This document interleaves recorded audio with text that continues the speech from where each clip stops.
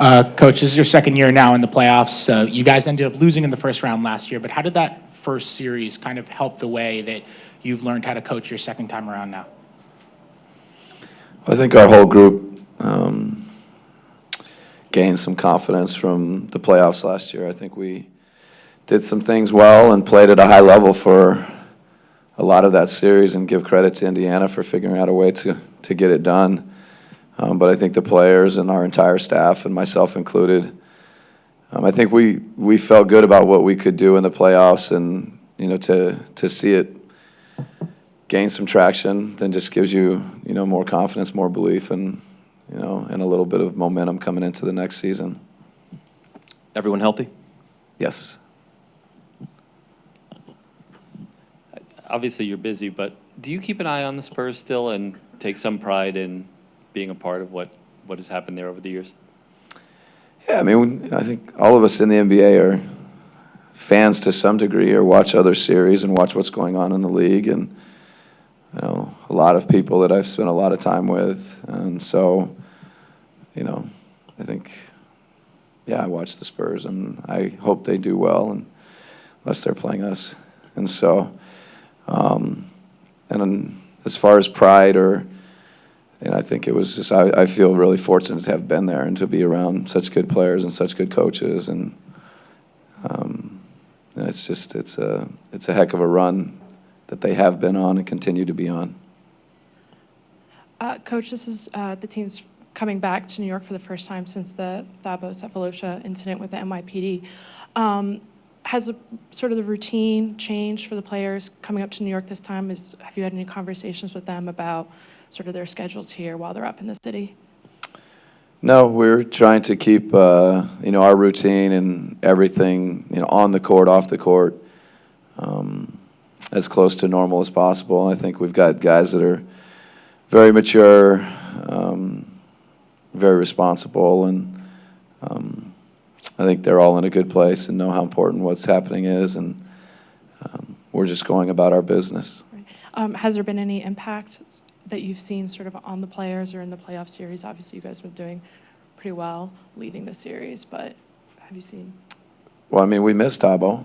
He's a big part of our group, but I think our group all year has found a way to pull together, and we've got a lot of depth and a lot of guys that have taken advantage of opportunities. So, but other than that, no, our group is focused on playing and doing what it takes to have success. Coach, you've had a lot of players this year, succeed in knowing their roles.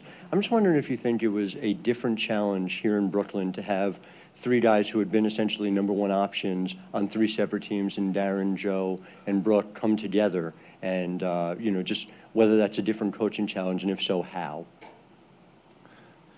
I haven't thought one bit about Brooklyn, and I know every coach has a lot of challenges, and I think Lionel's doing an amazing job, and I think having those three players is something that can be really, really positive. But I haven't thought about the challenges or how it's different or anything. I barely keep up with my group.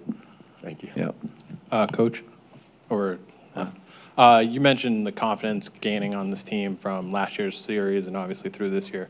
But going from the 8th seed to now the 1 seed, has the mentality changed about your approach to the playoffs, and do you kind of fight against overconfidence in the team? No, our approach really hasn't changed. I think we're constantly, trying to look at ourselves and find ways where we can improve and get better. And in the playoffs, it becomes critical from game to game. That's, you're constantly looking at yourself, and that's really what we do all year.